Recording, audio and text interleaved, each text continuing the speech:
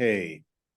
Welcome everybody to the Murray Amateur Radio Club. This is our second week or our second Thursday of the month, which we normally reserve for advanced topics, advanced being anything beyond beginner topics. But because the great shakeout is coming up pretty quick here, we thought we would take a chance this meeting and have some brainstorming about what, if anything, Murray Amateur Radio Club wants to do in support of the shakeout. So if anybody is familiar with the shakeout, basically it's a simulated earthquake. Utah is basically right on a fault line. In fact, it pretty much runs right through the middle of the valley here. So we have been essentially dodging a bullet for the last how many hundreds of years that people have been living here. 350. It's been some time. So one of the things that the state would like us to do, and this is not just Utah that does this shakeout, but here in Utah, we definitely participated in it. Public service organizations participated in it. The state and local governments participate in it. And the idea is to think about what you should do in case of an earthquake. And then on a particular day, the day of the shakeout, which this year will be on April 20th, which I believe is 1 week from today, the 13th. Yeah, so 1 week from today. And they usually run it at like 10 something in the morning. I'm not sure what time they have identified for this year's, but it's usually around 10 o'clock in the morning. And the recommendation is, if nothing else, you can do the earthquake drill, which is, if you're familiar with the fire drill where you stop, drop, and roll, the earthquake drill is stop, get under cover, and hold on. So we'll talk about some of the options. Wow, I just kicked this table in it. The mic picked it up, so I'll try to avoid doing that. So the website here is shakeout.org and then /Utah for the Utah shakeout. And you can see right here, they're saying, well, we're going to be doing it on April 20th. About 1 million people have signed up saying that they are going to participate. Right now, it says over 850,000. Some of that includes organizations of various sizes. So there's probably, they're thinking close to 1 million people are going to participate. What they do on here is they give you a bunch of information about what to do in case of an earthquake. And they encourage you to plan your drill, execute your drill, and then think about what you did and what you needed to do and what you might need to do in case of something like this happens. So last year, what we did as a club, pull this, what a fabulous looking website. Pull this up. So last year, we did planning for the shakeout on April 16th. And what we did was we basically said, hey, who's interested in participating? What we decided to do is go to our safe neighborhood schools and check out their DIT kits. Every school in Salt Lake County, and I think it was supposed to extend over the whole state, but I don't know how effective it's been. But every school in Salt Lake County, every elementary school in Salt Lake County has been identified as a safe neighborhood location. If you're not familiar with the Safe Neighborhood Program, it's basically was set up to give people a mustering location in case their home or place of business or whatever is not safe to stay in. The idea is that they could go to an elementary school. And when they picked elementary schools, because they're all over the place, right? Murray's got, what, 7, I think we figured, elementary schools within the city boundaries. So the idea is that your neighborhood, you're able to get, if you're able to get to your elementary school, that will be a mustering point for the emergency services personnel to find out what you need and get supplies to you. for FEMA to find out what you need and to get supplies to you, and so on. They also say, don't expect FEMA to be there for several days. And in fact, Murray is currently recommending 120 hours that you should be able to survive on your own. That's 5 days. So they're saying, don't expect any help for 5 days. Now, when they say that, obviously they're going to be trying to give you the help that they can. But imagine a widespread earthquake and how many people are going to need assistance, and in the whole city. The Murray has 3 fire stations. So there will be 3 crews of firefighters that are trying to take care of everybody in their area, right? So we really need to emphasize being self-sufficient in the case of a disaster such as an earthquake or a really bad storm or flooding or, any other type of natural disaster that may happen. Damn. One thing that we need to realize is when the earthquake happens, it's going to sever the water lines. Even if the truck were to go to your house, first of all, there's going to be 5 homes on fire in your neighborhood. At least. And there's going to be no water to take it out. So on a mass casualty event like that, a mass disaster, what they do is they try to mitigate damage. They try to stop it. There's nothing they can do with the homes that are burning down. They're gone. Okay. What can you do to salvage the stuff in the next door neighbors, right? Make sure that they're okay. It's going to be a mess. So how many people have had CERT training? So CERT, for those who may not be familiar with it, is the Community Emergency Response Team. Basically, the fire department has given people training in what to do in case of an emergency, because they will be spread so thin, they will not be able to get out there and help everybody. So what CERT is it's a collection of citizens who are volunteering to get out there and help people in the event of a large scale disaster. The reason we're meeting here tonight and not at Station 81 is because there's a CERT class going on at Station 81 this month. And so they are teaching people about CERT. So I don't know how many people they've got signed up to be there this month, but when they actually did it for us back in fourth quarter of last year, and we had probably, let's say, at least 20 people go through the training. And they did it about a year before that, and we had a bunch of people go through it at that time. What you get from CERT training is you get taught how to be safe, what to move away from, what to not get yourself involved with. For example, one of the things that they taught us was what they called the rule of thumb. If you see a hazmat type situation, put your thumb over it and back away until it's completely covered by your thumb. And then you should be fairly safe. So that's they don't want you getting into things where you're going to get yourself hurt or be another casualty. But they did teach us some first aid stuff. They taught us about triaging first aid situations where you need to identify what people you can help and what people you can't help. If you come across a house and there's one person stuck inside it, and then the next door house has 12 people stuck inside it, you should probably get the 12 people out first before you get the one person out. Because once you get those 12 people out, now you've got 12 more people who can help you rescue other people. So not everybody is going to have CERT training. And for those of us who do, we're going to be called upon to lead these groups of citizens as they go around and try to help their neighbors.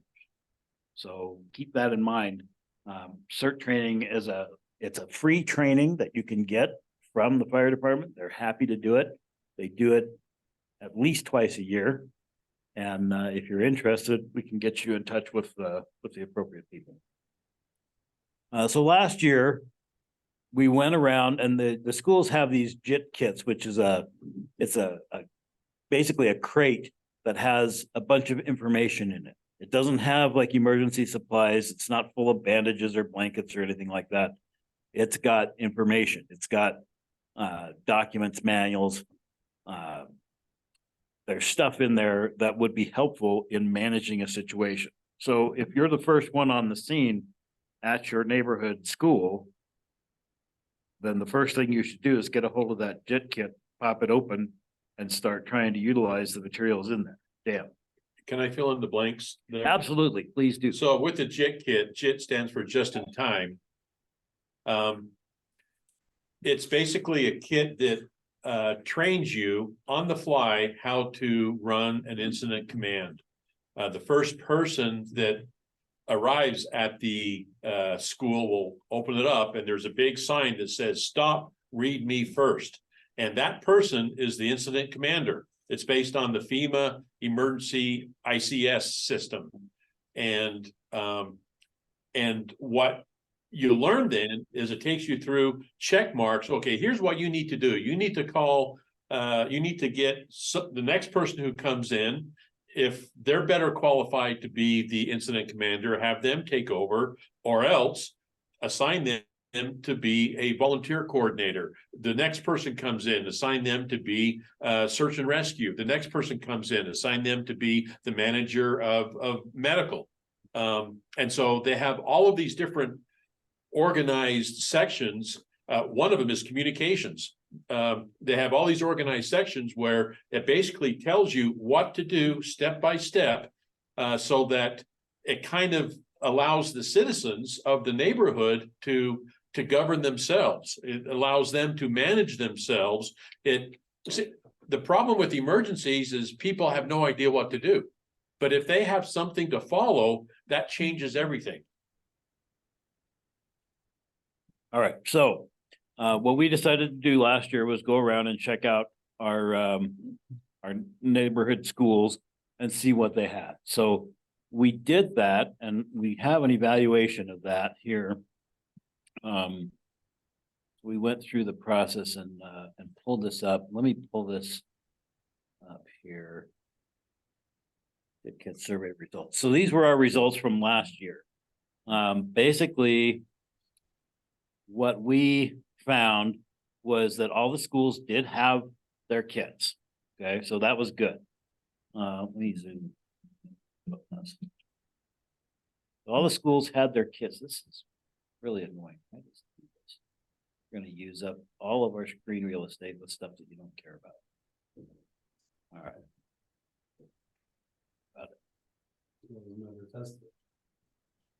Well, it's what you get when you're using free software, right? Okay, so we'll just run through it. So Parkside, Steve and Gary checked that out. The staff were aware of the kit. They knew where it was. Steve and Gary looked through it, made sure that everything was there. They actually opened it up and made sure that all the stuff that was in there should be, that should be in there was in there. Woodstock, Sam and Brad went and checked that out.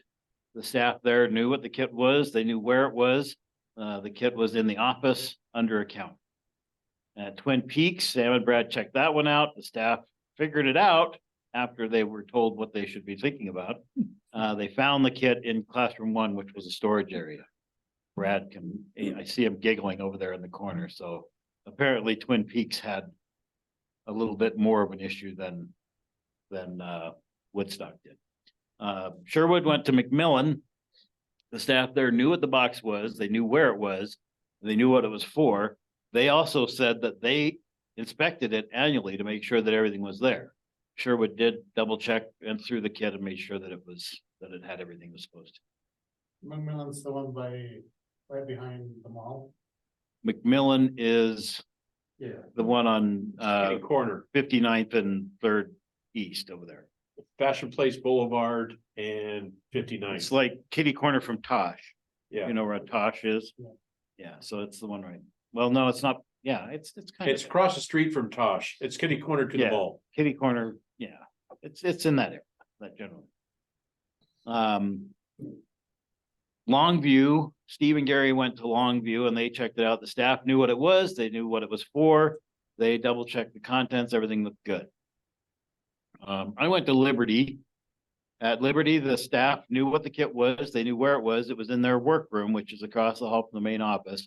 And it's like underneath this counter that the printer's on top of. So they had it in an accessible area where they knew where it was and could get to it. I went to Grant. And Grant, at first, when I went in there, they didn't know anything. They were like, we have no idea what you're talking about. And I said, well, can I talk to the principal? Well, she was busy in an assembly, so she couldn't be bothered to talk to me at that point. So they asked me to come back later. I went back later and the principal said, well, I know we have it. I don't know anything about it other than the fact that we have it. The custodian knows about it. So I went and found the custodian and he did know where it was. It was up on the stage, which if you're familiar with Grant, they have like a large gym lunchroom area with a stage at one end. And it was up on the stage back in a corner. So it was there, but it had some cables and crap piled on it, but it was there. I wasn't too impressed with that. Did they relocate it? I don't know. I haven't been back to check on it since then. Viewmont, I checked with them. The office staff there knew exactly where it was. Basically, when I walked in, I said, hey, I'm checking out your JIT kit. I introduced myself as a member of Murray Amateur Radio Club, told them what we were doing and said, I'm checking out your JIT kit. They pointed right out the office window and said, it's right there. And it was right there in the hallway, right outside the office and right next to their lost and found area. And it was in a very prominent, visible location, which I really like. I went to Horizon. The office staff didn't know what I was talking about, but they got the principal on the radio and she said, yes, she knew where it was. It's in the conference room, but they were in a meeting at that point. And so I wasn't able to go visually confirm that it was there. But she said it was underneath the conference table in the conference room, which I didn't think that was a great location for it, but that's where they had it. At least the principal knew where it was. The office staff, unfortunately, did not have a clue. That's theoretically a location where if people are thinking, oh yeah, I'm gonna take the main conference room, scribble the word war room and staple it onto the door. Quite possible. Why it Quite- could make sense to them. Quite or possible. It was just shoved there. I think it was just they had a place to stick it and that's where it got stuck, right? Yeah. So in summary, all the schools had them. They all were in good shape. Some of them had them in a prominent location. Some of them had all of their staff aware of what they were and why they were there. At some schools, however, they didn't really know anything about it. It was either known only about by the principal or by the custodian at Grant.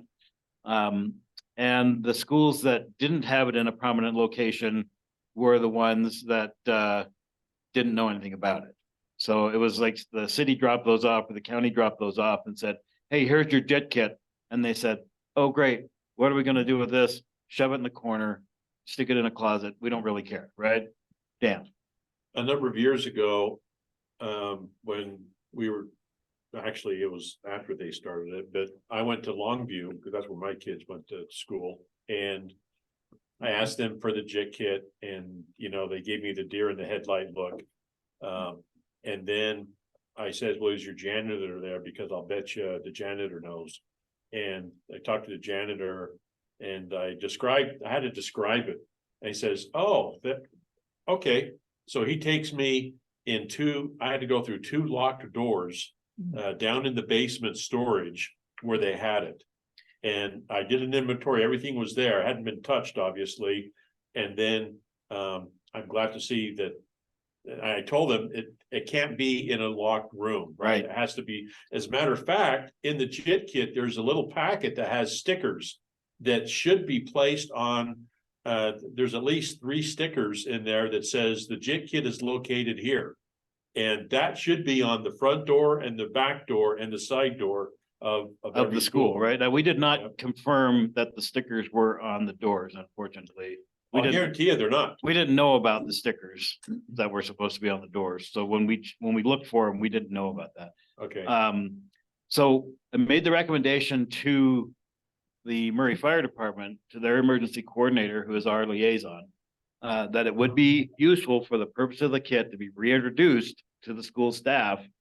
And they should all know about it, where it is, and be able to facilitate its use in an emergency, which means how do you get to it? How do we get to it? If say we're the first one at the school, are we busting a door down to get to it?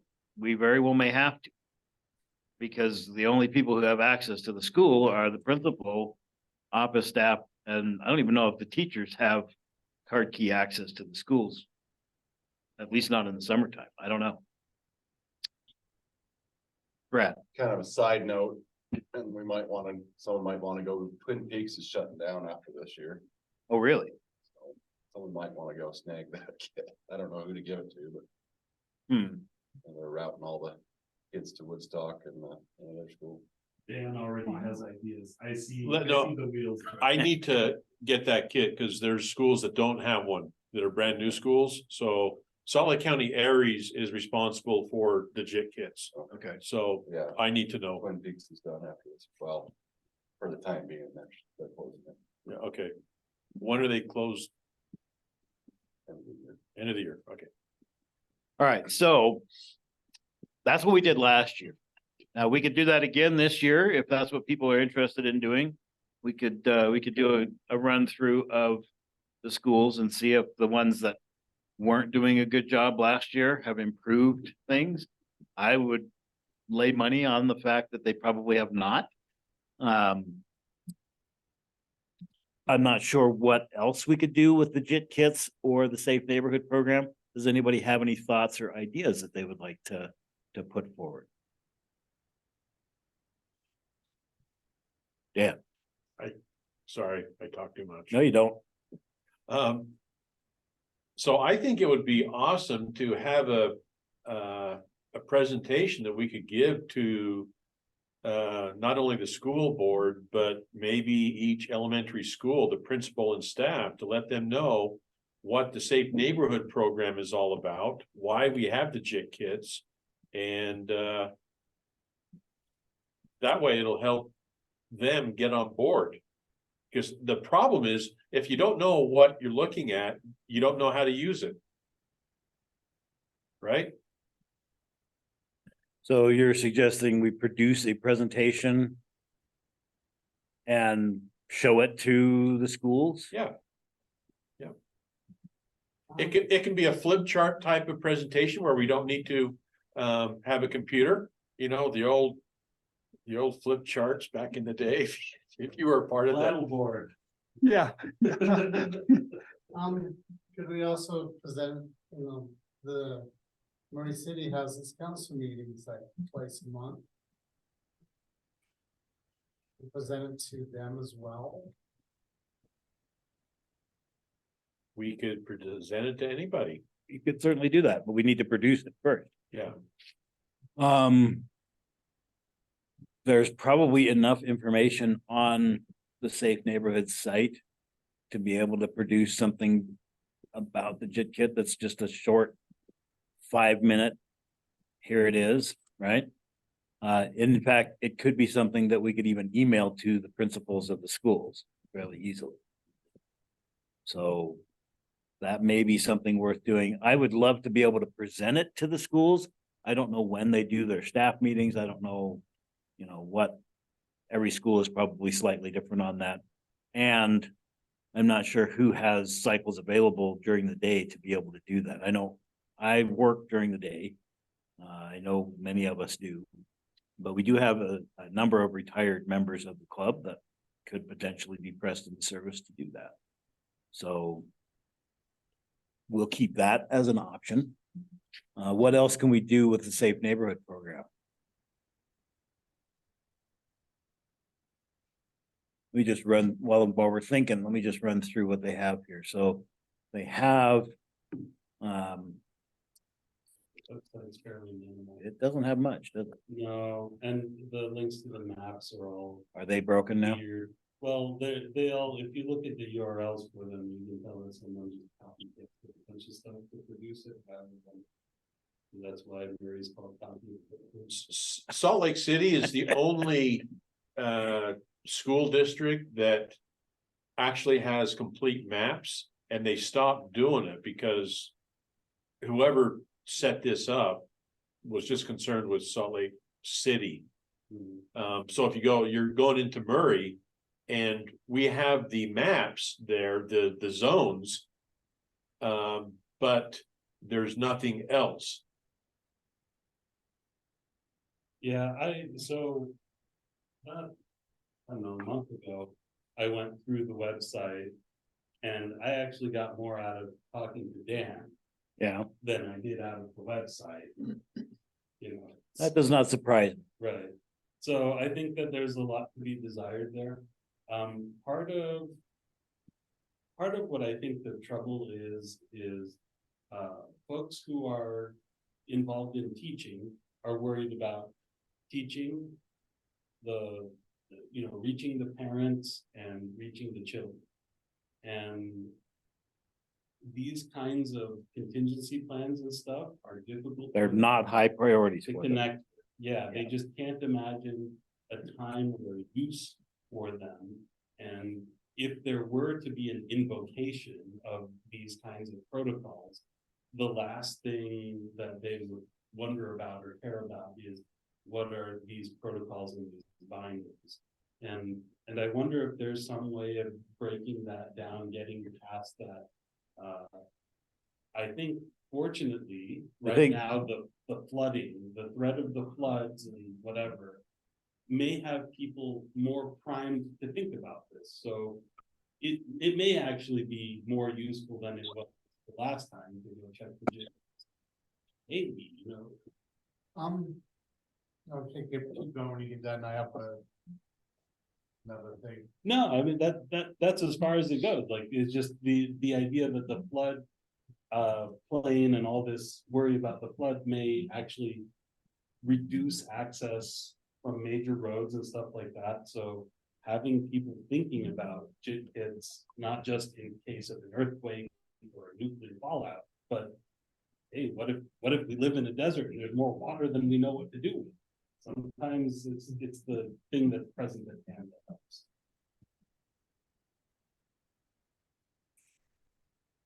Do you have a comment, Dave? Yes, down there on the website, there's a list of groups there. Right. That's throughout the page. The national BOAD, it's like 50 some odd groups with that one, the volunteer organizations active in disasters. There's 50 different groups. 30 of them are various denominations. Apparently their website does not function. That's unfortunate. But I mean, it's like a lot of these around here is like, you go ask any of them is how do you know about, okay, how do you work with these other groups? They don't know. This is why it's going to be a local neighborhood success story. We can't rely on BOADs. We can't rely on anybody. We're going to have to rely on ourselves. Now, one thing that we might consider doing when we go visit the schools is, and as a parent, I want to know this. If my child is going to the school, if the earthquake happens during school hours and my kids are there, there's going to be no cell phone activity. All the power is going to be down. Hopefully the building stands. We don't know that's going to happen. I've got some info on that in a minute. Go ahead and finish your thought and then I'll bring it up. Yeah, and so I want to know what the policy is for family reunification, because really that's what safe neighborhood is for, is reunification.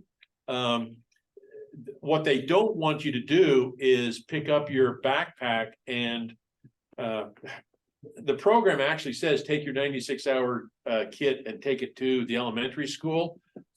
I've talked If your house is unsafe. Say again? If your house is unsafe. If your house is unsafe, that should be the very last thing that you do. You should go to a local church or it should be the last thing, because they do not want you to set up camp there. That's not what the schools are for. It is for family reunification.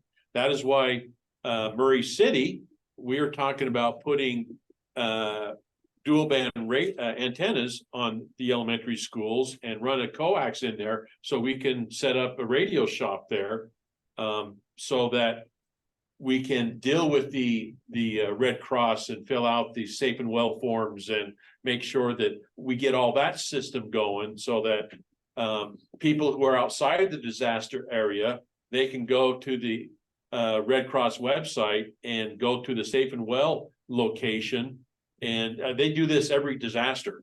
And you type in the name of the person that you want to know the status, because you're not going to be able to call them. And if they have been through the system, if they filled out the safe and well form, and it's been submitted into the Red Cross database, then they'll know.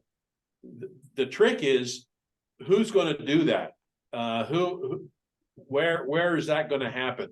That's supposed to happen at the schools. That's supposed to happen. That's one of the responsibilities of Salt Lake County Aries, is to get the safe and well forms filled out for everybody that comes in. That's why we want, as someone stationed at the schools, to start compiling that information. And then with the HF WinLink, we talked to Washington, DC, and the database in Las Vegas. That's where we set those two locations where we dump that.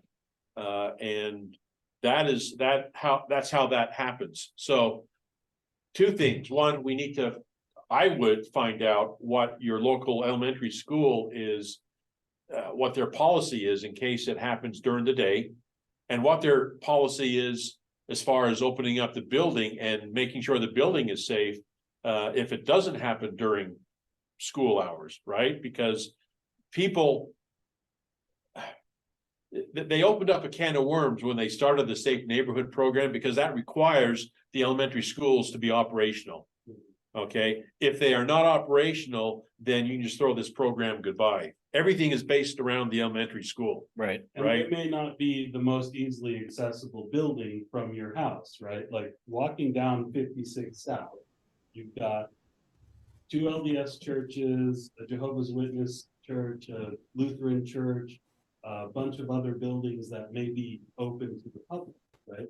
All accessible to those neighborhoods, even closer than McMillan, right? Well, and that's what the church organization, they are, at least in my stake, and I know other stakes are following the same pattern. We want people not to go to the elementary school. We want to keep it local. Okay. We can control chaos a lot better if we are a localized area. Plus we're able to regroup. We're able to send help a lot better than, if I had to deal with Longview Elementary School for everything I do, I had to have a ham radio to do that, right? Or GMRS.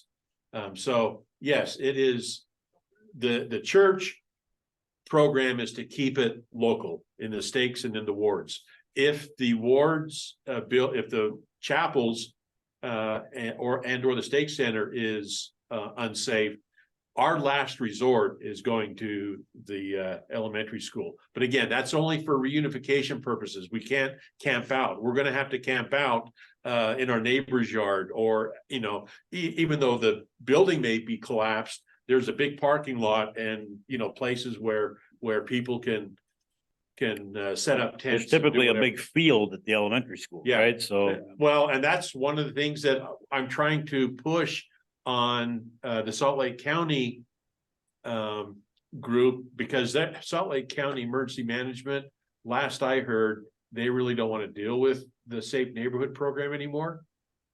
And I go, you guys set it up. then what do they want to deal with? What is their plan, right? So I don't know. Vern has posted here. He says our Sandy emergency officer cautioned us that we won't have access to the schools until they have been inspected for structural safety. Yeah. So who's responsible for doing that inspection? I'm assuming the fire department, right? Good luck with that. Okay, so I do have this. 6 weeks later. Let me pull this up.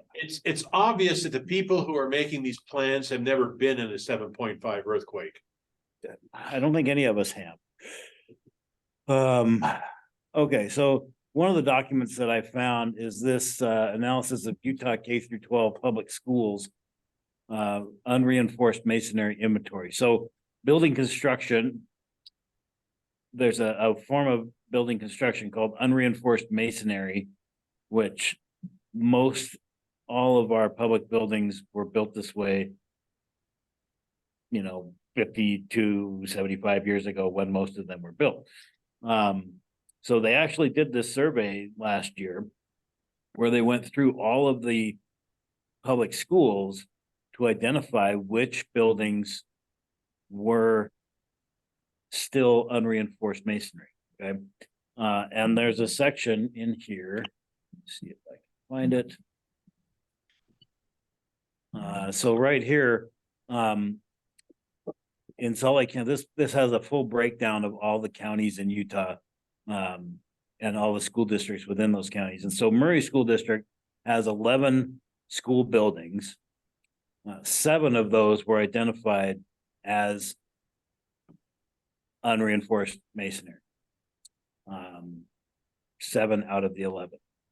And then they actually have a further evaluation here where these are the 7 that were identified, and most of them, with the single exception of Grant, have had retrofits performed where they have reinforced the walls with floor to ceiling supports and replaced the roofing, as they call it, the roofing diaphragm, with something that is more likely to not collapse. So it does say verification is pending on these, but it says that if you read through it, they talk about a big grant for like $2 million that they got from FEMA, and then they combined that with some state funds, and they ended up with about $4 million to do this renovation process. And the first school they determined that needed to be fixed was Riverview Junior High. I don't know if you guys are very familiar with Riverview or not, but when my kids went to school there, the roof leaked. There were often puddles in the middle of the hallways when it was raining or snowing. I believe that's all been resolved now and it's no longer the case. Looks like you got a chat message. There's a couple, let's see. Oh, Paul says, what about considering the parking lot to be the mustering area, not the building, and plan to set up our operations outdoors with portable antennas? The JIT kit would have to be accessible outdoors. Yeah, the JIT kit itself is not going to be accessible outdoors, but all of the materials that are in the JIT kit, we do have on the thumb drive. And I know last year, Salt Lake County Areas distributed a whole raft of those drives. I think it was Chris, W7CHP, obtained a large quantity of drives from SanDisk, which was his former employer, who donated them. And Dan, I think you were involved with putting those together and getting all the materials on them and everything. Every school has 2 drives, 2 thumb drives. 2 is one is none. And so what I know, I think, correct me if I'm wrong, Vern, but Sandy, all their schools have all the thumb drives in there. We need to continue to verify that these thumb drives are in all the elementary schools. So that's something that we could do, is confirm that not only do our JIT kits exist, but do they have this drive in them? Of course, having all the files on a drive isn't going to help you very much if you don't have a computer with, some way to run it. So, that's something that we need to be thinking about as a part of our own personal preparedness is, what are we going to do for emergency power? What are we going to do for a computer, some kind of portable computing device or something? We need to be thinking about that as we put our own personal plans. Here we have another chat comment. Vern says, Chris led a project to check all the Sandy schools. So Sandy Amateur Radio Club did that, apparently. Yep. Thanks, Vern. So yeah, Does this mean that Grant is gonna collapse and the rest of the schools are gonna be okay? I don't know. The rest of the schools may not be okay either. It's kind of dependent on how big the earthquake is, right?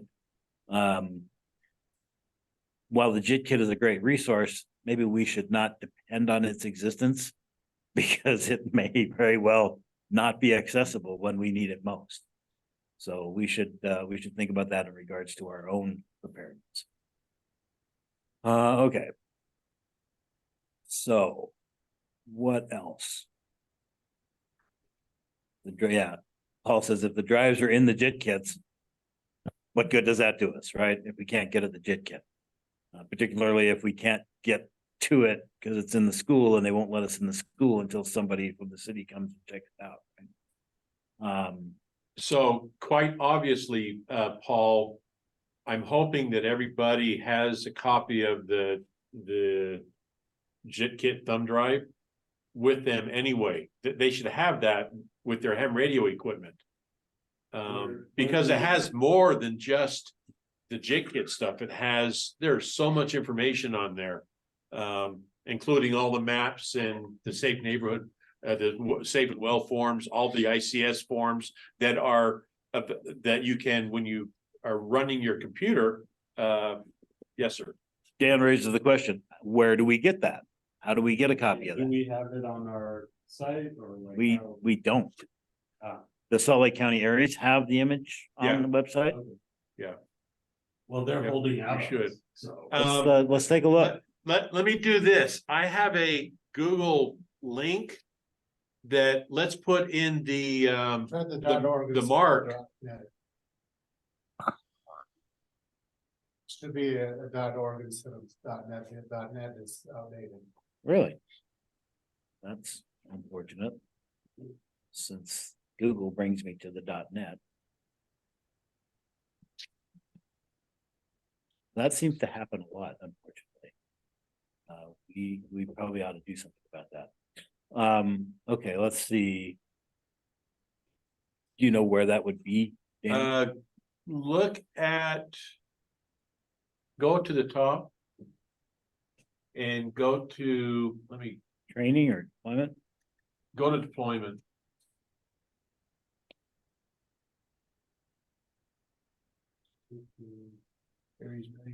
Okay, should be there. It's not there. Okay, so I need to get that fixed for Aries, and I will email you a link to include on the MARC page for the JIT kit link. Just link back to your. Yeah, link on this. Yeah. and then you can download it. It's like hundreds of meg worth of stuff. So it's not like you want to do that on a dial-up. So just saying.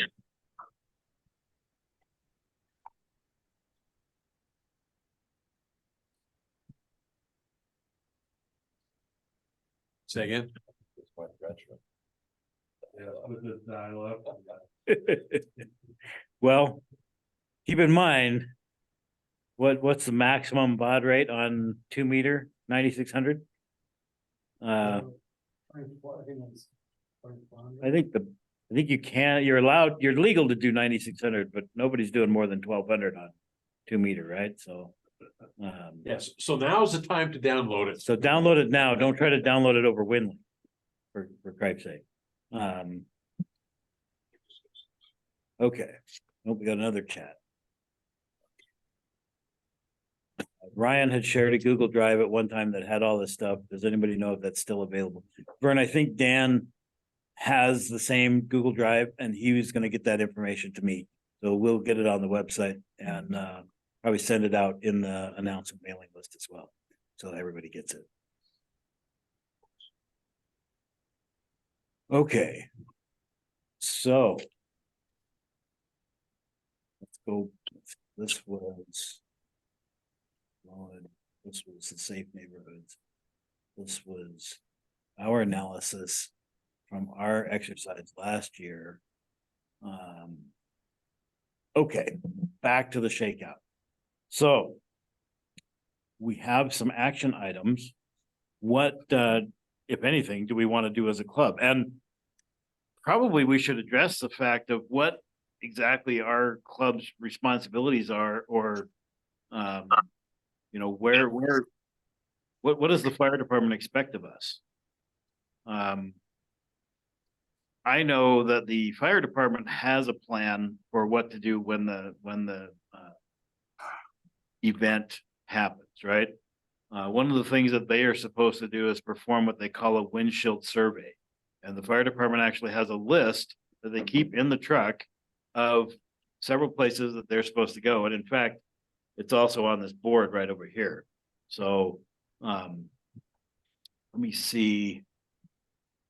Wonder if I can get let me grab a picture of that real quick, and then I'll share it. But if you guys want to look at this. Or any location in the green, you're okay. That's priority homes. The rest of you people, forget it. Okay.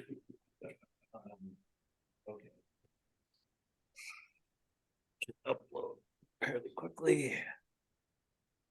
And that's how they're dividing up the stations. Look how big that area is per station. You think you're gonna get a visit from the fire department anytime soon? Maybe Santa Claus. You know, in CERT, they talk about that, the hospitals are priority, they'll be checking on the hospitals number Yep. one. Kind of trickle down from that, but yeah, your homes are almost built last and that. Yeah. And the further you, well, plus you have, with the earthquake, you have all the roads that are, some of them are gonna be very impassable. Bridges could collapse, the overpasses for I-15. There's a lot of things that happen in a 7.5 earthquake.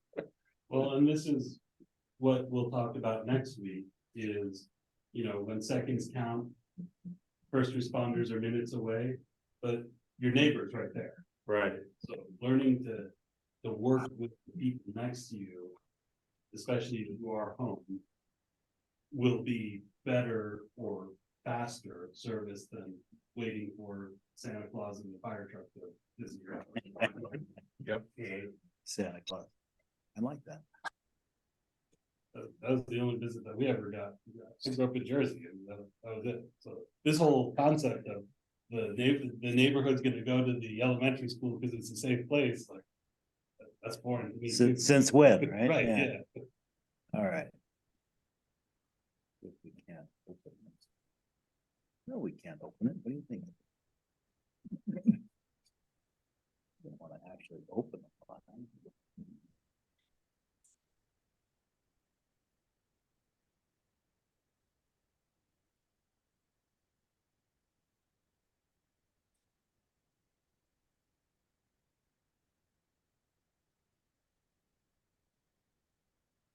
Yeah, which one this is?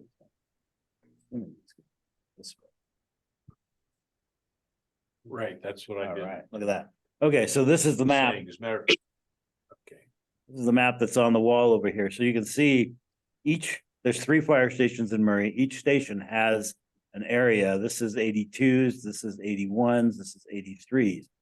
An area that they're responsible for. And you can see marked on here, let me just zoom in a little bit. So here you can see where station 83 is, right? Right there. And you can see that the first thing they're supposed to do is go under the I-15 bridge, if you can. which Yeah. I tell you, in a 7.5 quake, I'll bet you that bridge is coming down. It's certainly not something I would want to drive underneath in that case, right? But so each of these routes, they have like, let's look at 81s over here. So they have a list of places where they're supposed to go check out. So 81, they're supposed to go to IMC first, then the power substation they're supposed to check out, Murray High, Hillcrest, the library, Parkside, the City Hall, the Quest Building, Medical Association. I have no idea why that's an important place. ACH, I think that's Foam Technologies, Holiday Inn. I don't know what that one is. Steve Hampton Inn. Hogan? Is that That's what really what it says? I think it says Steve Hogan, yeah. Hampton Inn, then the Public Services and Power Department, and then they're supposed to go back to the station, Right. okay? So this is their windshield survey list. That's actually impressive, though. They have the schools on there, so it is. They do have the schools on there, right? You get the schools. open. So if you are at a school, they are supposed to come by. Now, will they actually make it? 83 is supposed to go to Tosh first. Will they be able to get there? I don't know. If they can't get to Tosh, they're not gonna hit McMillan or Longview or Fashion Place Mall. There's a power substation over by Fashion Place.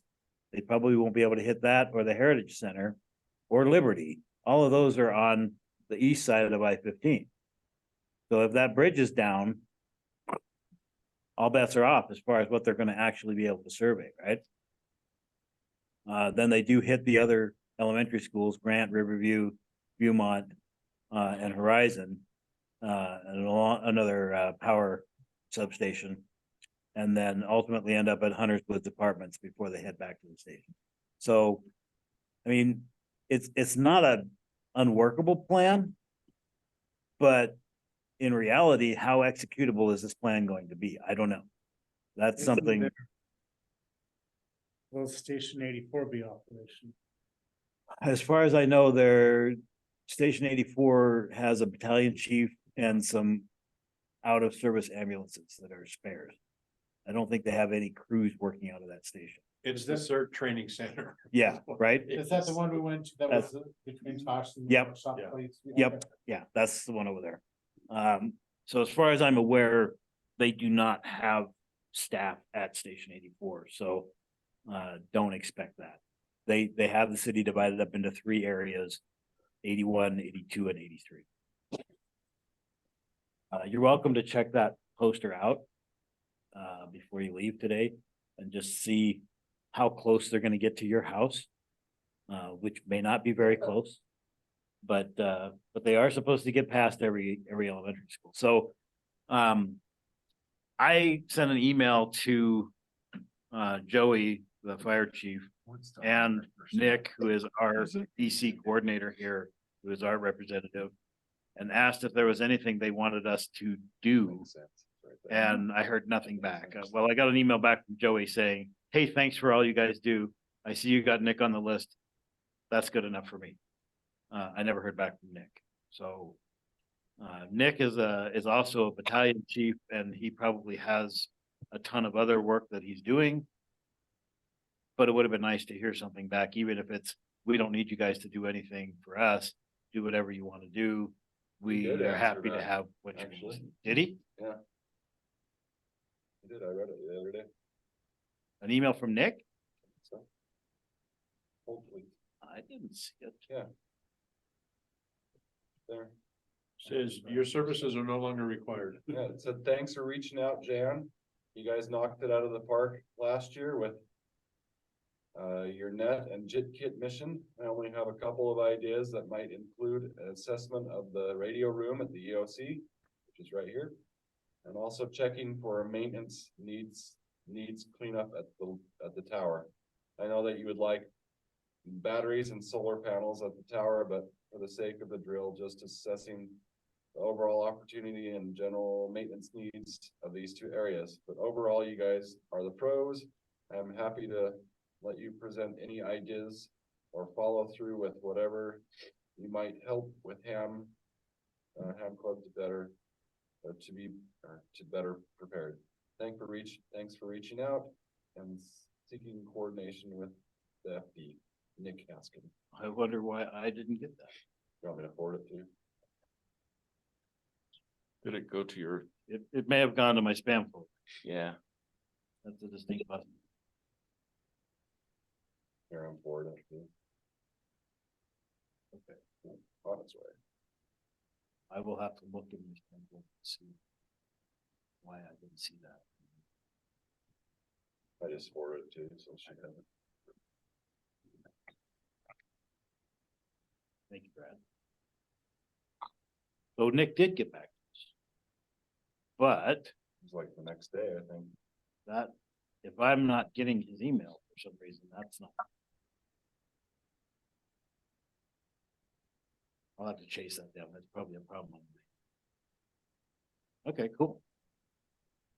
I did drive by the tower, I think last Thursday, and it looked like the weeds and stuff were pretty good. We're back, yeah. No, they're pretty good right now, but I'm sure they'll be back. as soon as it warms up.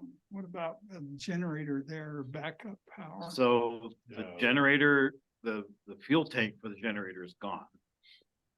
I think the generator is still sitting there, but without fuel for it, there's not much use of that. I don't believe it is hooked up to anything. The transfer switch is not live and hasn't been since we installed the repeater. So we do have a plan that we put forward to get some kind of auxiliary power in there. But yeah, I can talk about that in a sec. Vern also notes here, he says, that's why we've been told in Sandy, we'll be on our own for the first 3 to 4 days. The city expects to spend its time repairing roads, so fire and ambulance service can travel. 3 to 4 days. I've had the Murray's and Mac and those guys will tell you 2 or 3 weeks. Well, they did tell us at least 5 days before we can expect any help. I know that. If you look, everybody was always taught, you know, get your 72-hour kit in order, right? 72 hours is 3 days. Last year, they were telling us 96 hours, and this year they're telling us 120 hours, which is 5 days. So, I know we've got food and water storage 4 or 5 days at my house for us. Where do But- you live again? Right? Let's see. I've got Oreos and ammo, whatever I can. I live, hang on, I'll give you the address. It's over there on, what is that, Star Side Drive or something like that?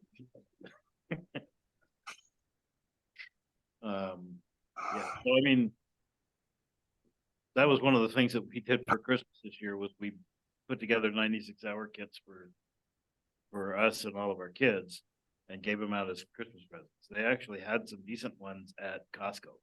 I don't know if they still have them, but they had some decent food kits at Costco. Combine that with some big water jugs and They have those on and off at Costco. yeah, so it's certainly something to consider is making sure that you're gonna be able to take care of yourself. However, keep in mind, you will have a lot of neighbors who have not planned ahead. And We're gonna knock on your door. they will definitely be, especially if you've got lights on and nobody else does. You're gonna be stop number 1 for a lot of people, That's so. what the black bisqueen's for. That's right. So On the windows first. Going black. if you think about it, our responsibilities are to ourselves and our families first. And that, I don't think the city wants us to change that priority. After your family is safe and secure, then you can think about your neighbors. And then you can start thinking about the city or the county, where you can help out. But I don't want anybody to feel like, oh my gosh, the big one's happening. I better get over to the school right away. Make sure yourself and your family are safe first. That's gotta be important. Okay. So, let me pull that. I'm sending my wife to the grocery store. Right after the earthquake. Well, what was interesting was 3 years ago, so we were living west of the freeway, over on 33rd South. And so we felt the magnet earthquake quite strongly over there. I understand that over here on the, down by the 5600 and the freeway area, you guys might not have felt it quite as much. but Right. We got it pretty hard up at the south. And what was really interesting to see was that everyone froze. That was it. Like, nobody did anything. And like, As in like, now what do I do? right, and so like having a plan and being familiar with it and comfortable with it gives you something to do other than just freeze and die. Right? Because that was the default response. This is where that CERT training comes in again. Because they actually told us what to do in the event of an emergency situation. They gave us good guidelines on, being prepared for it and taking action. So that's, I want to encourage people to take that training the next time it's offered, if you haven't taken it already. So this is our proposal that we put together for the repeater site upgrade for emergency power. Basically, the site currently is running on city power. So if the city power goes out, our repeater goes out. And that's one of the reasons why we do our simplex check-in net at least once a month, right? We do a 2-meter one and we do a 1.25 meter check-in on simplex. And that's to make sure that, hey, you know what? If you're like on the other side of town, you better know how to relay a message through somebody to get to somebody else on simplex. So we want to make sure people have the ability to do that. So we talked about how, if city power is interrupted, the repeater's going to be offline. And what we suggested was we did do an evaluation of power consumption of the site. When idle, the system uses 74 watts. When transmitting, it uses about 220 watts if the fan is running, or 226 or 226 with the fan running. So there's a cooling fan on the repeater. There's also an air conditioner in the shack, and we evaluated the power of that as well. So it uses about 130 watts when it starts up, and while it's running, it uses 93 watts. When it's not running, it uses 1.4 watts. So as we plan this out, we decided we wanted to handle about 210 watts average draw with bursts up to 356 watts. Maximum draw of about 3.5 amps. So other things that we may want to add to our setup there in the future would be mesh networking, a WinLink hybrid system or something like that. Each of those would add additional power requirements to what we've got going. So our proposed solution was a solar setup. So we would have batteries, we would have solar panels mounted on the roof of the shack, and we'd have a charge controller inverter setup that would provide AC power inside the shack. That AC power would be distributed as needed to the equipment that we have in the shack, as well as DC power that would be able to run, the repeater or whatever is part of that setup. Beautiful drawing, by the way. Yeah, I know the guy who did this, and he really put a lot of time into it. But yeah, so that's what we planned. We figured that the cost of that would be about $3,400. And that, includes getting it all set up and installed as well. So we presented this to the fire department, who presumably presented to the city. I don't know if they did or not. We haven't heard anything about it since. When did we put this together, Dan? It was about 1.5 years ago. Yeah. So, yeah, unfortunately, nothing really has happened. So that $3,400 in today's money is like who knows? Who knows, right? I don't know. We haven't evaluated the equipment. We had an equipment list.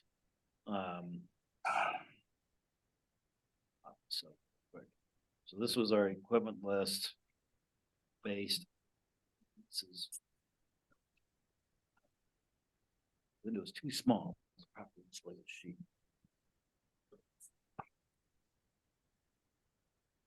So yeah, basically we had some batteries, we had the hybrid charge controller inverter, the solar panels, wiring, and assorted switches and controls and things like that. It all came down to about a little under 34.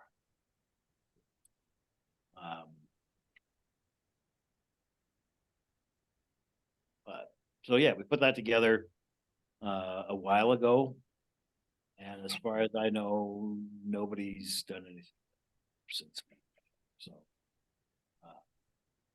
That's something that we could follow up on with the fire department, or does anybody have any good relationships with anybody on the city council or mayor's office that would be able to slide some things in front of them and say, hey, you know, we haven't been able to get anything done with this.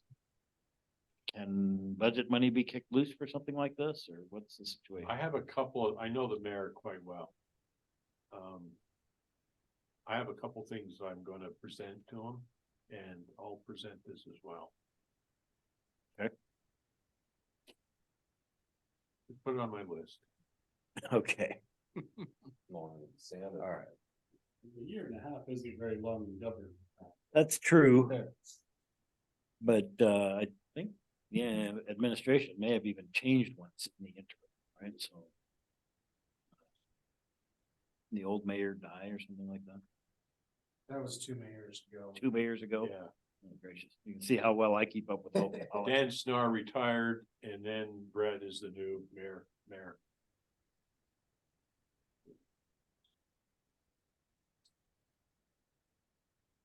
Okay. So.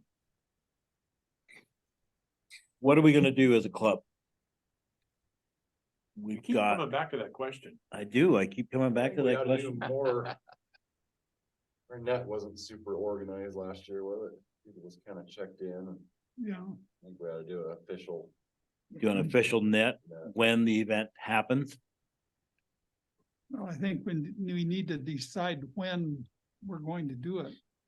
I think You it know, almost, the state or they do it at 10:15 or Yeah. something like that, but we could certainly pick a time when. what if we did it later, so, you know, everybody at work's gonna be at home, or well, theoretically. We could do it on a weekend or whatever. The rules are. Do whatever you want to do whenever you want to do it, What if but you don't have to do it with an organization. You don't have to do it with anybody else, right? Is So, that on, what day of the week is that on? Is it Thursday? Thursday. their plan is to do it on Thursday next week. Today, Like 10, about 10:15 in the morning. Yeah, something like that.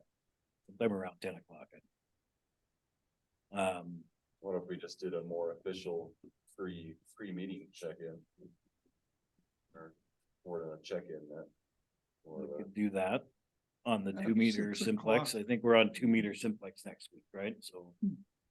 That would be a good thing we could do. Let's get that on the list. I think we ought to use our repeater. Do you think we should use our repeater? Does everybody have a radio that does 1.25 meter? I don't know, but like it was said somewhere, we ought to think about, if you don't have one, you ought to think about getting one. It's a $65 solution.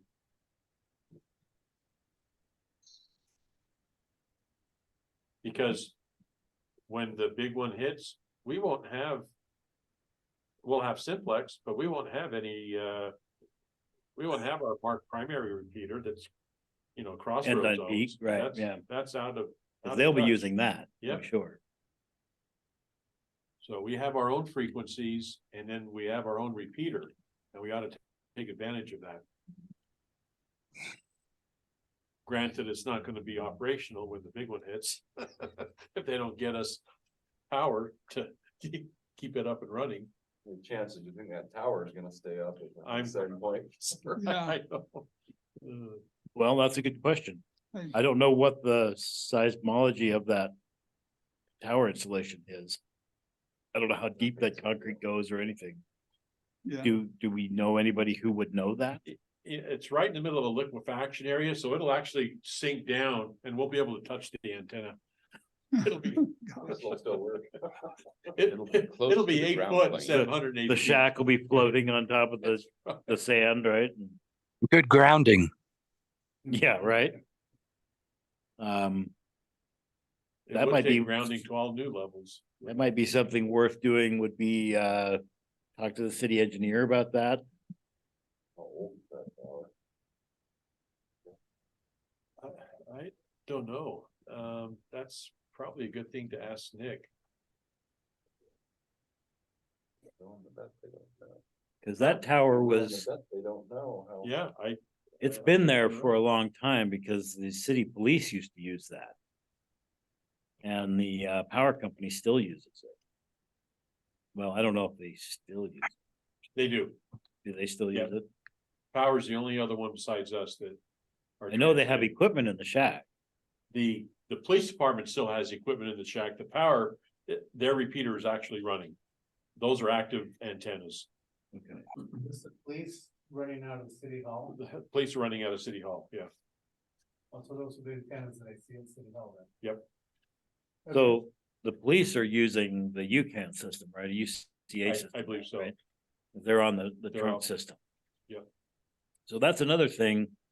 I know some of the other cities have been talking about, the other radio clubs in neighboring cities have been trying to talk to their emergency management people about acting as a backup communication source. And for whatever reason, their cities are telling them that they won't be needed for that. I think they're putting a lot more faith in the UCA system than it probably deserves, but that may be just me, I don't know, but I know that they have a new system that's coming online sometime in the next few months here. They should be switching over to it. And I think, Paul, you were talking about that, right? Do you know the details on Paul's not here anymore. did Paul leave us? Where'd that go? Weren't they talking about that in the last, Macy's meeting? What? Use of communications? I don't remember the details. I remember.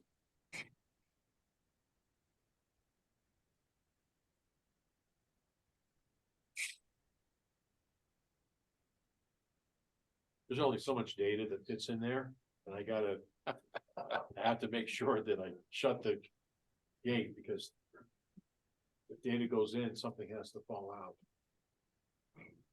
Okay.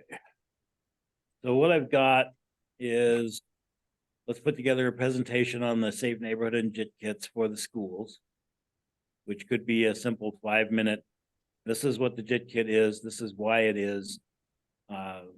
You need to make sure that it's where people can find it.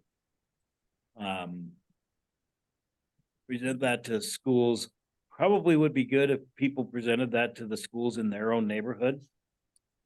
Just because they're more likely to know who you are. I don't have any kids still at Grant, haven't for a long time, but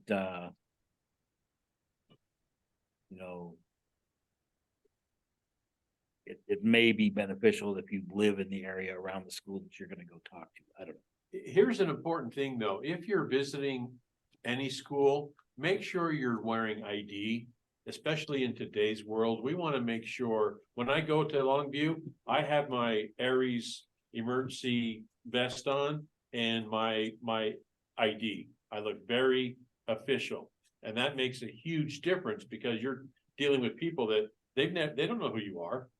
That's Right? And especially in today's world, leave your AR home. You don't want to carry that inside. Your radio is good.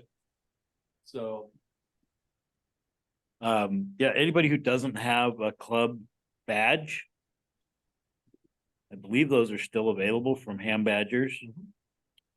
So they were only like $12 or something like that. They're not very expensive. You might want to think about getting one. And I discovered a new use for them. I spilled some food right there, and it's hiding it. Wendy's fry sauce? Close. Greasy Woody's hamburger grease, right? I don't know. Are their hamburgers greasy? I've never been to Woody. They can be. It depends. They're good. I'm sure. Yeah, I have no doubt of that. Okay, so that's one thing that we can look at doing is putting a presentation together and then actually presenting it to the school staff and to the Murray City Council. We talked about trying to get Was- people thinking about JIT kits now that people are thinking about maybe being a little more prepared, given the flooding that we're expecting to happen in the next few weeks. So this may be an opportune moment to actually do this. Also to talk to your neighbors and local groups, your church group or whoever might be available that, you know, hey, we have a resource as well. We have communication skills. We think about things like this. So I know every stake has an emergency coordinator. I know some stakes have been more aggressive in doing something about that. My stake has not, but that may change. We got a new stake president last month, so that may change. I don't know. But yeah, so that's something that we could look into, is talking to some other organizations. Maybe take a look at that VOAD list that Dave brought up. Let's get our disk image together with all of the information from Salt Lake County Aries. And we'll get that on the website.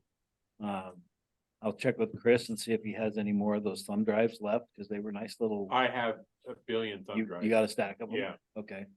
So maybe bring those to a meeting, next week. So we can distribute those.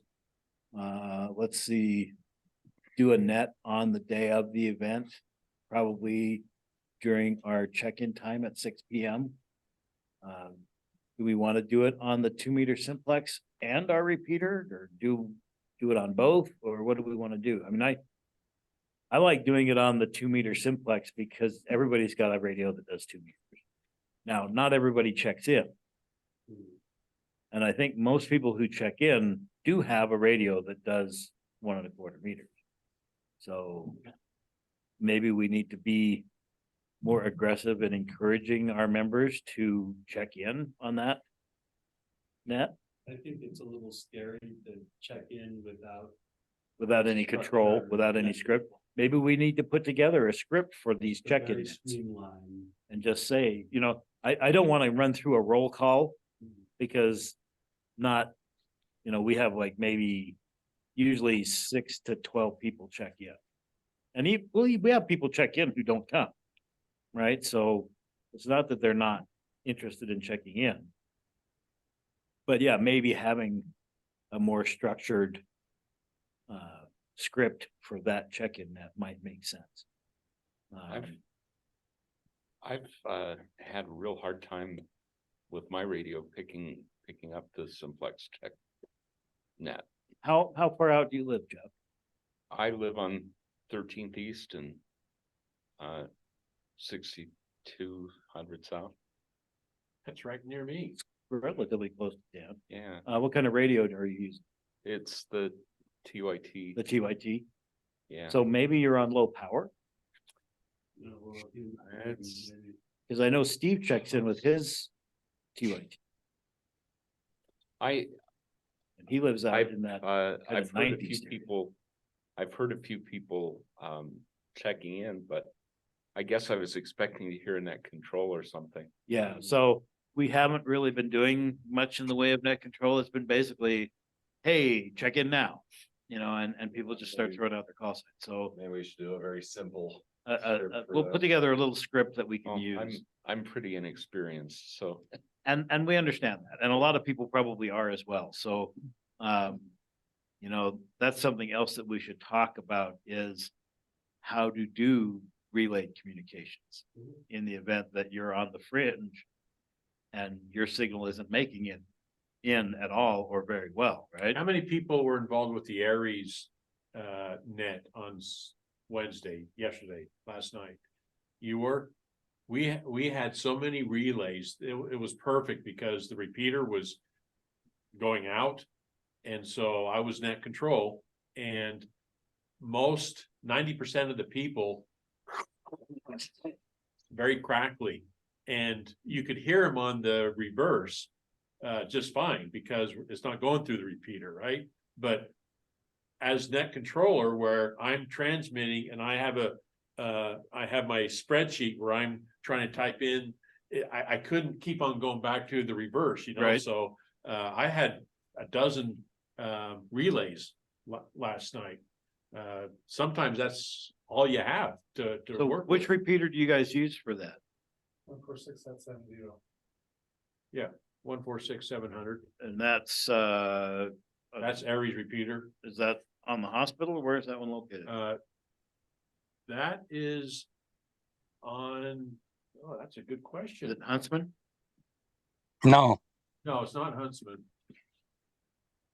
I thought it was on Ensign. 14670? Yeah. Does everybody know how to get to this list? I'm gonna go to VHF Society.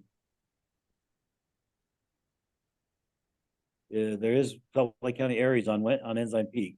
Ensign Peak. No, it's right. Yeah, Ragnar had it.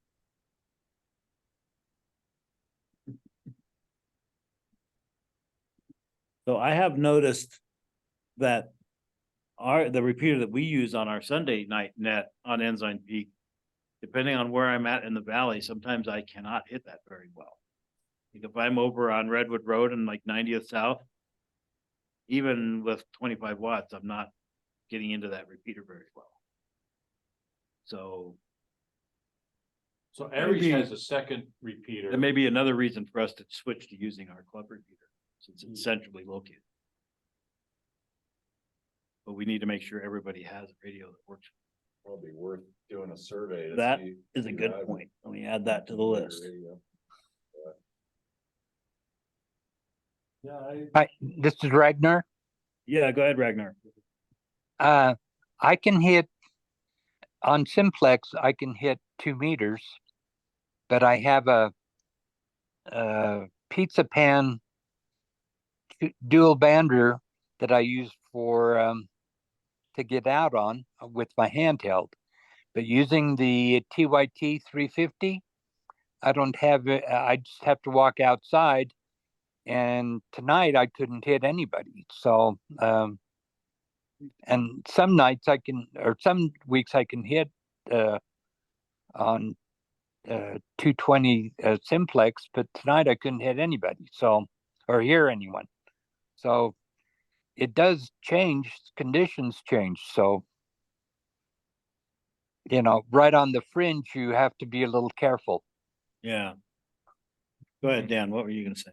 oh, no, the RNL.com had, the Anytone 5888 UV3 back in stock, at 250, a couple weeks ago.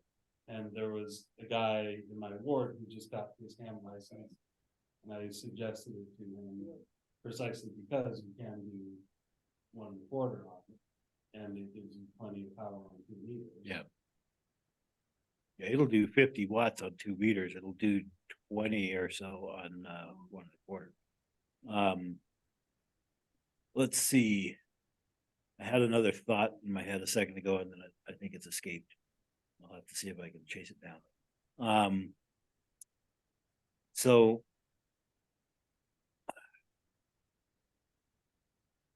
what else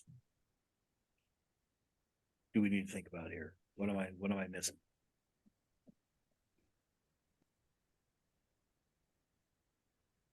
So do we want to talk about? See, the thing is next Thursday, right? It's next Thursday. Okay, so we have Sunday net to kind of distribute what was decided, what we're gonna do. Right. So we need to decide like right now, what we're gonna do, so that we can hammer that out. Okay, so we're gonna put a presentation together. That's one thing. On the JIT kits and safe neighborhood. Do we really have time to do that? I think so. Okay. We've got a week. So, I mean, I can put it together in a week. So if you start now. Yeah, if you start now, Jeff, I'm yeah. sure you can have it ready Then by next Let week. us know when you're done, okay? No, I'm sure I can get something put together in a week. And I don't have to do a lesson for next week because Dan is doing our lesson next week. So we're gonna do that. And then potentially maybe go to the schools next week people who are available during the day, maybe go to the schools and talk to the principal about it. Give them the 5-minute presentation. We can raise that on the net on Sunday and see if anybody is willing to do that. We're gonna survey our membership to see who's got equipment that'll do 1.25 meter. And anybody who doesn't, we're gonna figure out a way to get them that kind of equipment. I know the fire department was looking at purchasing a stack of those TYT radios. I don't know if that has happened. Sam does have a few, the fire Yeah. departments, Baofeng. So there are a few of the Baofangs that still work, right? So the fire department bought a bunch of radios 4 years ago. They're dual band Baofangs that do 70 centimeter and 1.25 meter. They don't do 2 meter. Last time we surveyed that, about half of them still worked. There was discussion about buying new batteries for them. I don't know if that ever happened. Worth it. And I know Joey was talking about buying a bunch of the TH350s, the TYT radios, to replace them. I don't know if that's happened. Sam's got them, you have to ask him when he comes back in how many there are. I don't think $70 for a radio is prohibitively expensive, but that may not be the case for everybody in the club. I don't know.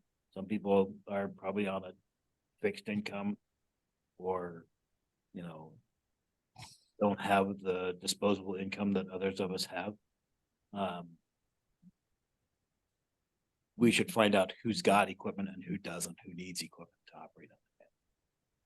We should also make sure that people who have it programmed so that they can actually use it to access what we need to access, right? Is that something that, for new hams especially, figuring out how to program your radio is not always the simplest thing. I know I pointed some people at your presentation, Dan, already, and said, hey, go watch this presentation. It's, you know, it'll walk you through something. But it would be much better if they could bring their radio to the club meeting next week and we could program them, right? So we should do that. Let me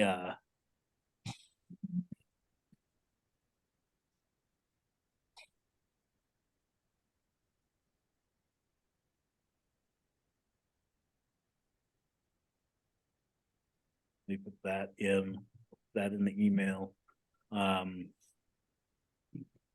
And then we talked about talking to the city engineer, or at least talking to Nick about the stability of our tower and the condition or state of our emergency power recommendations, where we're at with that, if anywhere, and potentially taking that to the city council as well. We probably ought to do an introduction to the city council about what MARC is and why we're here. And it probably wouldn't hurt to write something up for the Murray Journal again. I know, Dan, you did that a number of years ago, but it certainly bears repeating. I'm actually writing another article for them. Are you? Yeah. So Okay. I'm gonna add this as well. Okay. I'm gonna let them know. And especially now when it's in everybody's mind, you know, this is a great opportunity. This is a good time to do it. To remind people, hey, you have a local club that this is what we do. This is what we do, exactly, right? Okay. Do we want to do anything else in support of the shakeout other than participate in the? Ideas to what, inspect the radio room here? So Nick would like us to look at the radio room. I know Dan and I have been in there recently. Oh, okay. I'd like to get a key to the radio room. I know where the key is. Oh, you do? Yes, Oh, it's on the keyboard upstairs. Okay, And in fact, I know which key it is. I think. we need to, that's right, we were talking about that, cause they lock that now. They used to always keep it open, but we need to make sure that more than one person knows where that key is. personally, I think it ought to be in the cabinet here. That would probably make sense, but they do have a keyboard upstairs. And it is on that board.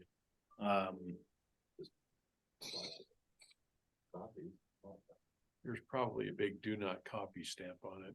I don't know if there is or not. Write it off. I've had it in my hand. Tape over that. Well, Home Depot just has the machine, you stuff it in anyway. There's no human that actually look at it. Thought I had that. And when they written do it down. at Home Depot, ask them if they can copy the do not copy sign. Yeah. The engraving.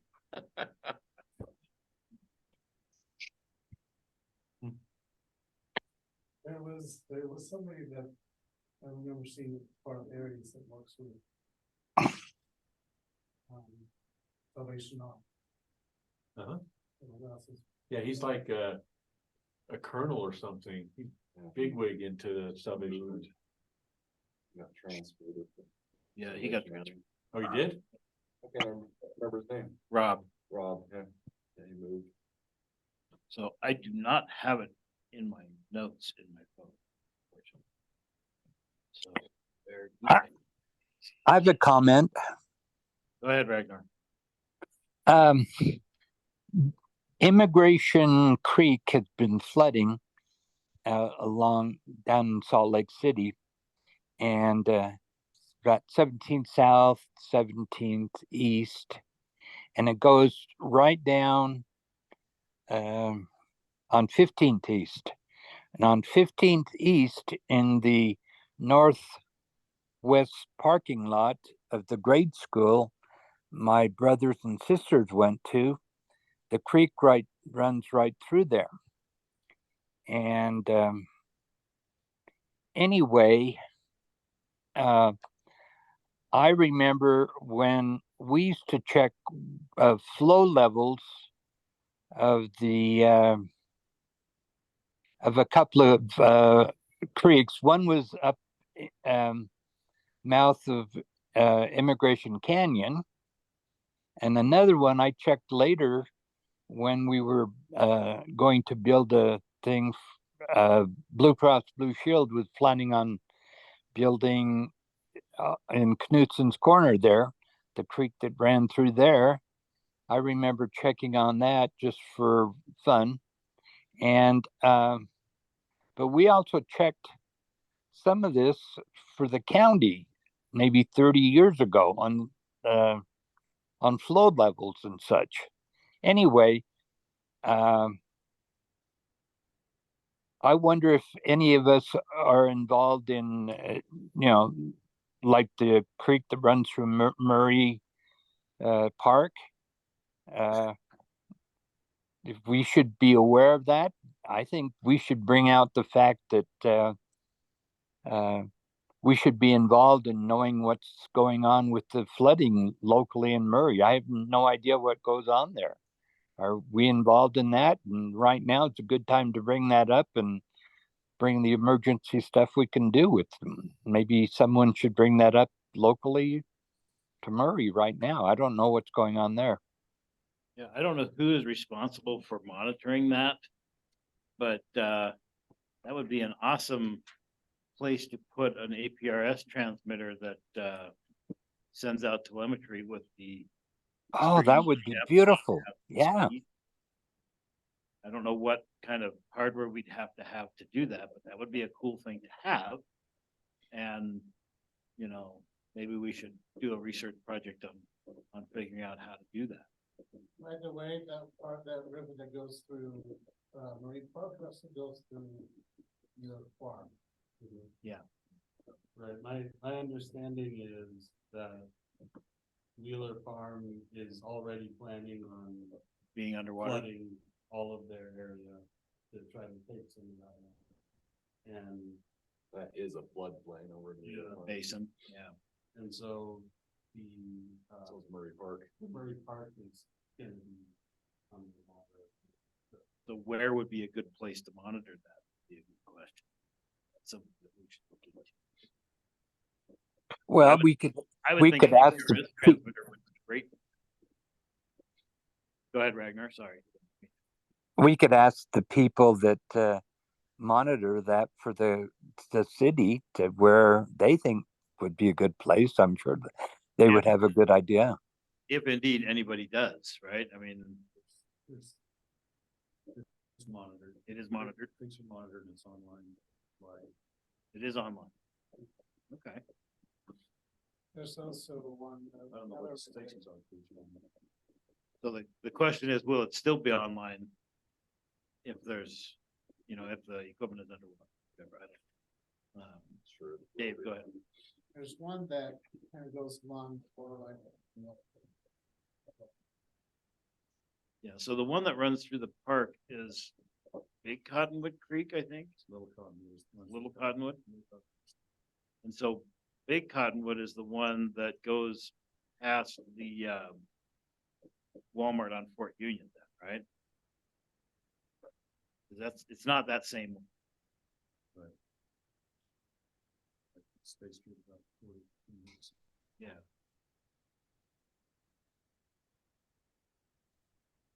Yeah, who in the city would we talk to about that? Does anybody know?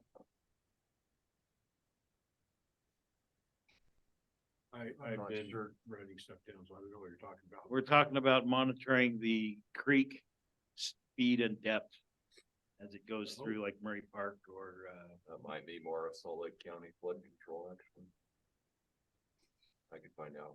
The USGS website has the copy.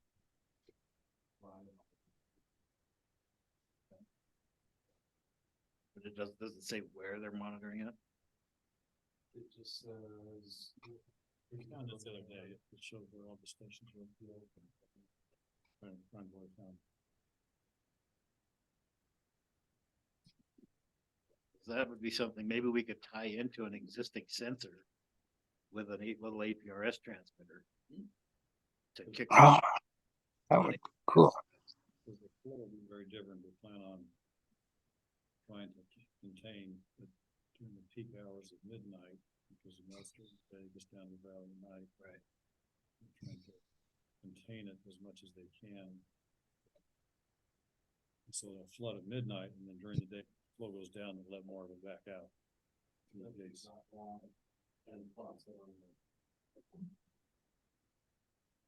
Yeah.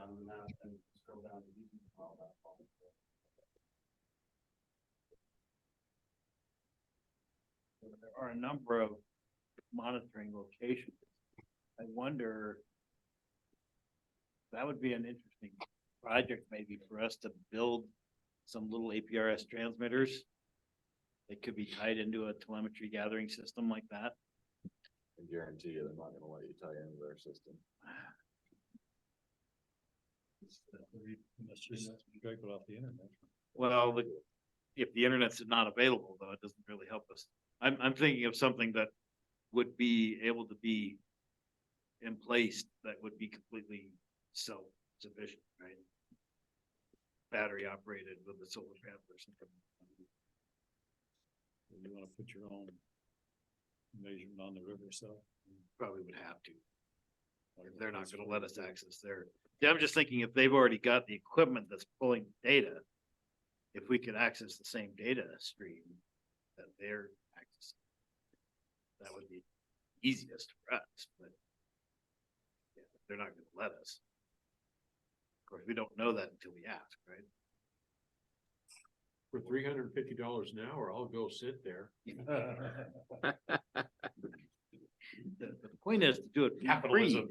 Throw Um, floating balls. Go on this. That's what the little ducks are for. Yeah.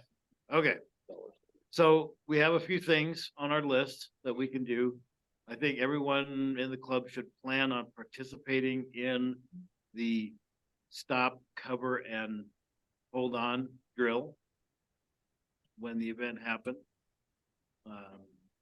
Just wherever you happen to be, the suggestion is to stop what you're doing, get underneath something like a table. I know they used to recommend standing in the doorway. I don't think they recommend that anymore. No, they don't. Okay, so let's dispel a rumor right now. In a 7.x earthquake, you're not gonna be standing. Wherever you are, I kid you not, Wherever you are, that's where you're gonna fall. Okay, so this thing about running to a safe place is a bunch of hodgepodge. You're not gonna do that. This is why it is critical that the things in your home that can fall down on you are tied to studs and ceiling joists, because, or rafters, because, wherever you are, that's where you're gonna fall. You won't be able to, you can try to crawl, but the floor is gonna be moving so much. People are in for a rude awakening. Yeah, I don't think we really have any idea just how violent a 7.x earthquake is likely to be. Dan does. And we had the one, what was it, 2 years ago?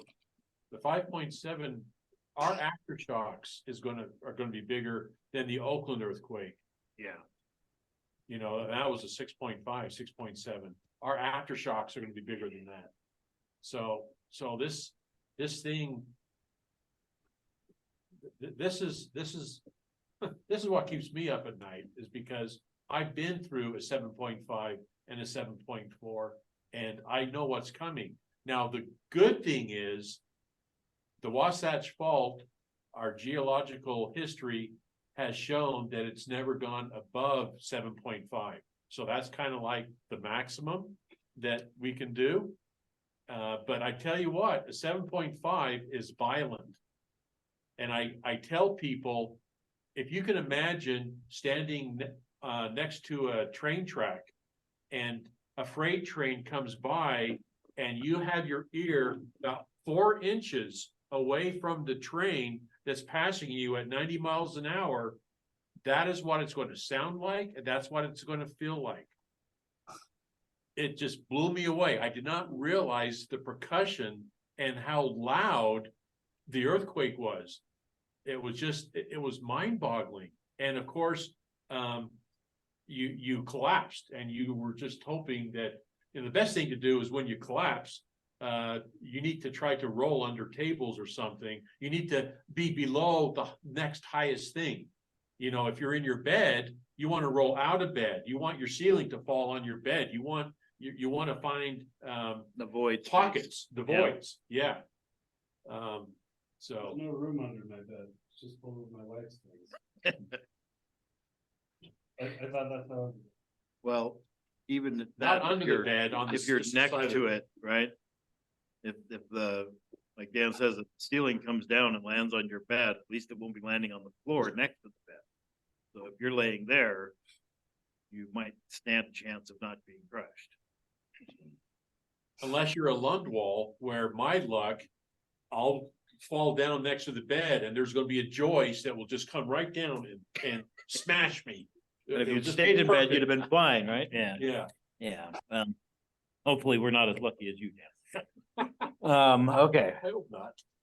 All right, so I think we have some action items. I'll write this up. I'll send an email out. I'll put together this quick presentation for the safe neighborhoods and JIT kits.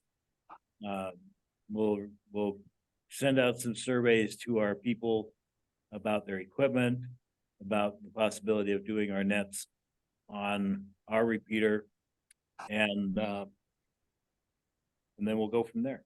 But we are past our time, so I'm gonna wrap this up. Thanks, everybody, for participating. Thanks for the conversation. We definitely appreciate it. And we'll see what we can accomplish this year.